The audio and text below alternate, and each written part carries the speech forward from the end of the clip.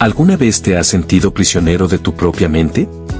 Como si dentro de tu cabeza hubiera una radio encendida a todo volumen que no tiene botón de apagado. Imagina, por un momento, que estás tratando de dormir, pero tu cerebro decide proyectar una película en alta definición de todos tus errores pasados, o peor aún, un tráiler terrorífico de todas las catástrofes futuras que, probablemente, nunca sucedan. Esa sensación de agotamiento mental, de ruido incesante, es la epidemia silenciosa de nuestro tiempo. Y hoy, a través de esta historia que nos lleva a los rincones más profundos de nuestra América Latina, vas a descubrir el secreto para silenciar esa tormenta y encontrar la paz que tanto anhelas. Así que acomódate, respira profundo y prepárate, porque este relato tiene el poder de cambiar tu vida. Pero antes de empezar, asegúrate de suscribirte al canal, porque aquí no solo contamos historias, sembramos semillas de sabiduría en el corazón. En un pueblo vibrante y bullicioso, enclavado en un valle de la cordillera andina, donde las casas de colores se apilan unas sobre otras y el tráfico de motos y autobuses crea una sinfonía de caos, vivía un joven llamado Adrián. Adrián tenía 25 años y, a simple vista, parecía un muchacho exitoso.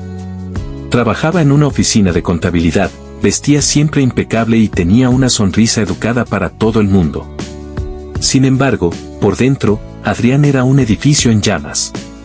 Su mente era un campo de batalla donde nunca se firmaba la paz. Desde que abría los ojos por la mañana, el bombardeo de pensamientos comenzaba sin piedad. Se despertaba angustiado, pensando en si había enviado aquel correo electrónico la noche anterior, se lavaba los dientes recordando con vergüenza una conversación que tuvo hace 3 años con una exnovia, desayunaba tragando el café sin saborearlo, mientras su mente calculaba obsesivamente si el dinero le alcanzaría para llegar a fin de mes, aunque apenas era día 5. La ansiedad se había convertido en su sombra, una compañera tóxica que le susurraba al oído que no era suficiente, que algo malo iba a pasar, que el futuro era un abismo oscuro y que el pasado era una cadena irrompible. Adrián caminaba por las calles de su pueblo, pero no veía el sol, ni las montañas, ni las flores en los balcones. Sus ojos estaban abiertos, pero su atención estaba secuestrada por el ruido interno. Vivía en un estado de alerta constante, con los hombros tensos y la mandíbula apretada, esperando un golpe invisible que nunca llegaba. Sus amigos le decían que se relajara, que saliera a divertirse, pero, ¿cómo te diviertes cuando tu mente te dice que estás perdiendo el tiempo o que deberías estar haciendo algo más productivo? La tristeza por lo que fue y el miedo por lo que será le habían robado el único tiempo real que existe, el presente. La situación llegó a un punto crítico una tarde de lluvia. Adrián estaba en su pequeño apartamento mirando por la ventana y se dio cuenta de que no recordaba la última vez que había sentido paz real. No alegría eufórica, ni distracción momentánea, sino paz. Esa sensación de que todo está bien tal y como es. Se sintió tan agotado, tan harto de ser su propio verdugo, que se dejó caer en el sofá y lloró. Fue entonces cuando recordó una conversación que había escuchado en la oficina días atrás. 2 compañeros hablaban de un lugar llamado La Rinconada, un caserío minúsculo perdido en lo alto de las montañas azules. Decían que allí, en una casa de madera rodeada de nubes, vivía don Samuel, un anciano que en su juventud había sido un eminente psiquiatra en la capital. Un hombre de ciencia que había tratado a las mentes más brillantes y torturadas del país, pero que un día, cansado de las teorías y los medicamentos, había decidido retirarse a la montaña para vivir una vida de simplicidad radical. Decían que don Samuel no cobraba por sus consultas, pero que tenía un don especial para curar el alma con el silencio y la naturaleza. Adrián sintió una chispa de esperanza. Algo en su interior le dijo que tenía que ir. La decisión no fue fácil. Su mente racional le decía que era una locura, que como iba a subir a la montaña a buscar a un viejo ermitaño, que seguramente eran cuentos de camino. Pero la desesperación era más fuerte que la lógica. Así que, un viernes, pidió permiso en el trabajo, empacó una mochila ligera con algo de ropa y comida, y emprendió el viaje. El trayecto fue largo y arduo. Primero tuvo que tomar un autobús destartalado que lo llevó por carreteras serpenteantes hasta el último pueblo con asfalto.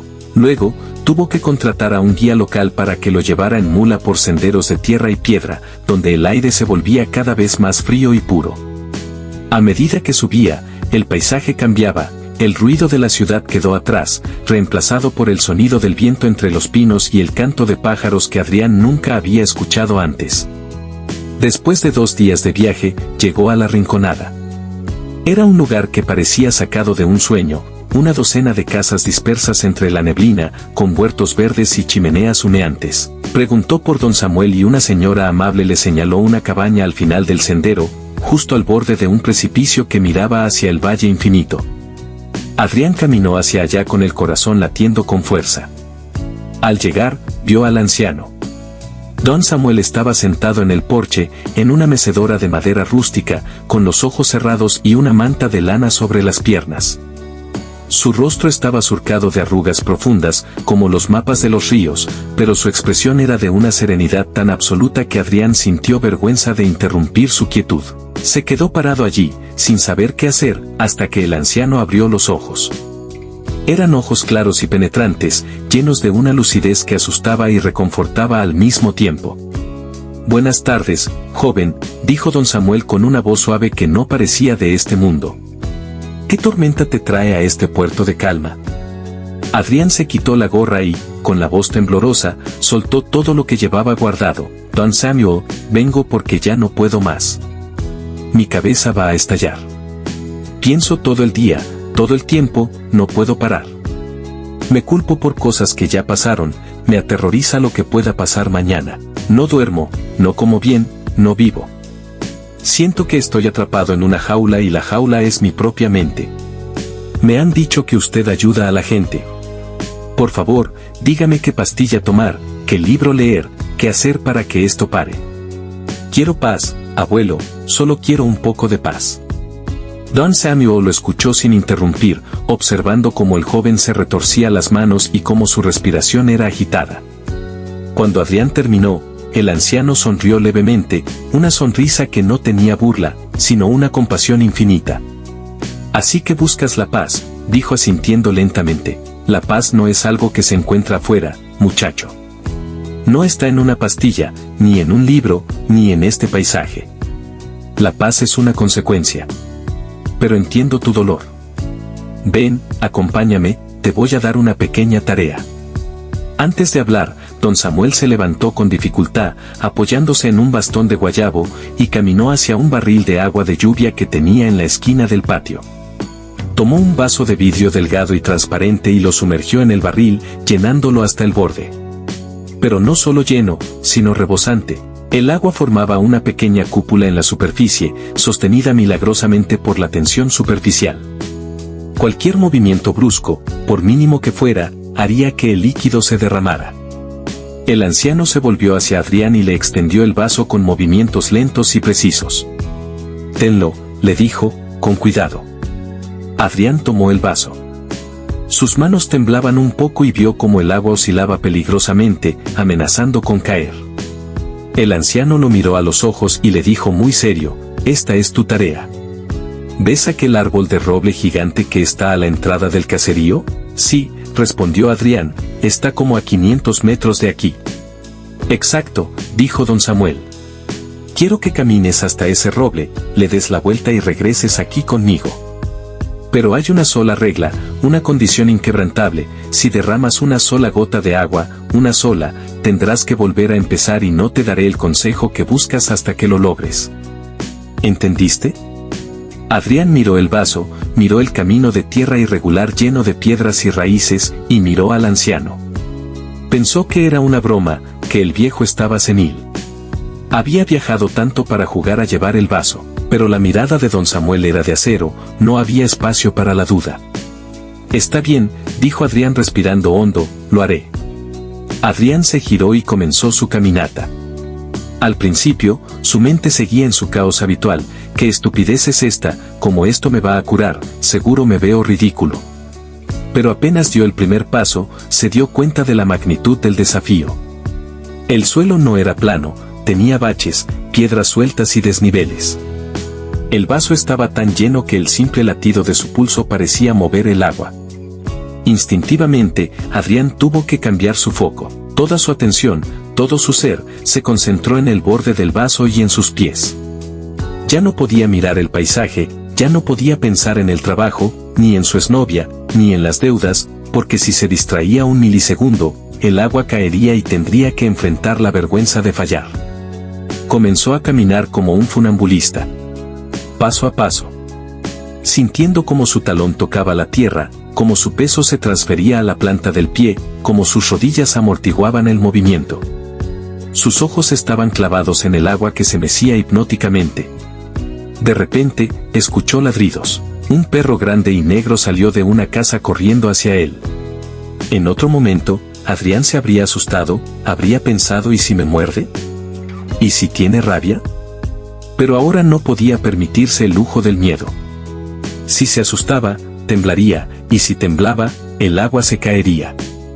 Así que, simplemente registró la presencia del perro, pero no le dio energía. Siguió enfocado en el vaso y el perro, al ver que no le hacían caso, se alejó. Más adelante, un grupo de niños jugaba con una pelota.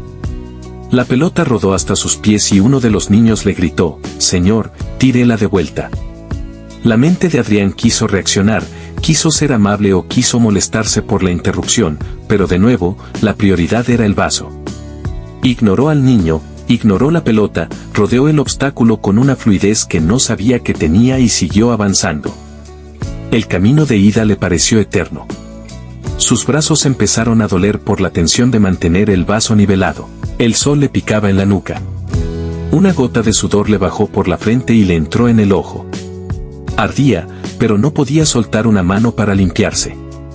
Tuvo que parpadear y seguir. Aceptar la molestia y seguir. Llegó al roble gigante, dio la vuelta con una lentitud exasperante, conteniendo la respiración, y emprendió el camino de regreso. El regreso fue aún más difícil, porque el cansancio físico se sumaba a la tensión mental. Pero ocurrió algo extraño. En medio de ese esfuerzo, Adrián entró en un estado de trance. El mundo desapareció. Ya no había pasado ni futuro. Solo había agua, vidrio y pasos. Un paso, otro paso. Equilibrio. Respiración. Agua. Un paso, otro paso. Cuando finalmente llegó al porche de la cabaña, Adrián estaba empapado en sudor, pero el vaso estaba intacto. Ni una gota se había perdido. Colocó el vaso sobre la mesa de madera con una suavidad extrema y soltó un suspiro que pareció vaciarle el alma. «Lo logré, don Samuel», dijo con una mezcla de orgullo y agotamiento. «Fui y volví, y el vaso sigue lleno». El anciano, que había estado observando todo el proceso con una leve sonrisa, asintió con aprobación. «Muy bien, muchacho. Tienes buen pulso y buena determinación. Pero dime una cosa, durante tu caminata, ¿viste las flores amarillas que acaban de florecer en los arbustos del camino?» Adrián parpadeó confundido. «¿Flores? No, no las vi». «¿Y escuchaste lo que decían las dos vecinas que estaban conversando en el portón de la casa azul?» «No, señor, no escuché nada». «¿Y te diste cuenta de cómo el cielo cambió de color cuando las nubes taparon el sol? ¿O sentiste el aroma a café que salía de la cocina de doña Juana?» Adrián negó con la cabeza, sintiéndose un poco tonto. «No, don Samuel. No vi nada de eso, no escuché nada, no olí nada. Estaba completamente enfocado en el vaso. Tenía miedo de derramar el agua, así que no podía distraerme con nada más». El anciano sonrió abiertamente esta vez y le hizo señas para que se sentara a su lado. «Ese es el secreto, Adrián», le dijo suavemente. «Acabas de descubrirlo por ti mismo». Adrián lo miró sin entender. «¿Cómo que el secreto? ¿De qué habla?» «De la paz mental, muchacho», respondió don Samuel. «Durante esos 30 minutos que estuviste caminando con el vaso, tu mente estuvo en completo silencio. No pensaste en los errores del pasado, ¿verdad? No te preocupaste por si te van a despedir mañana o si te va a alcanzar el dinero.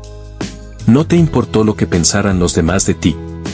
Tu mente no estaba en el ayer ni en el mañana. Tu mente estaba aquí, ahora. En el agua, en el vidrio, en tus pasos.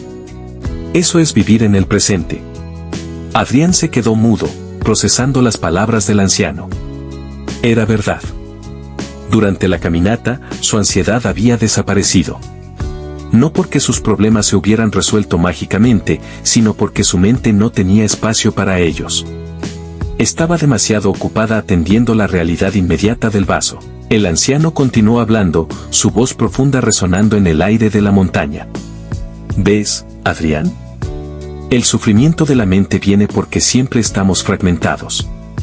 El cuerpo está aquí, pero la mente está en otro lado. Estamos lavando los platos, pero estamos pensando en la discusión que tuvimos.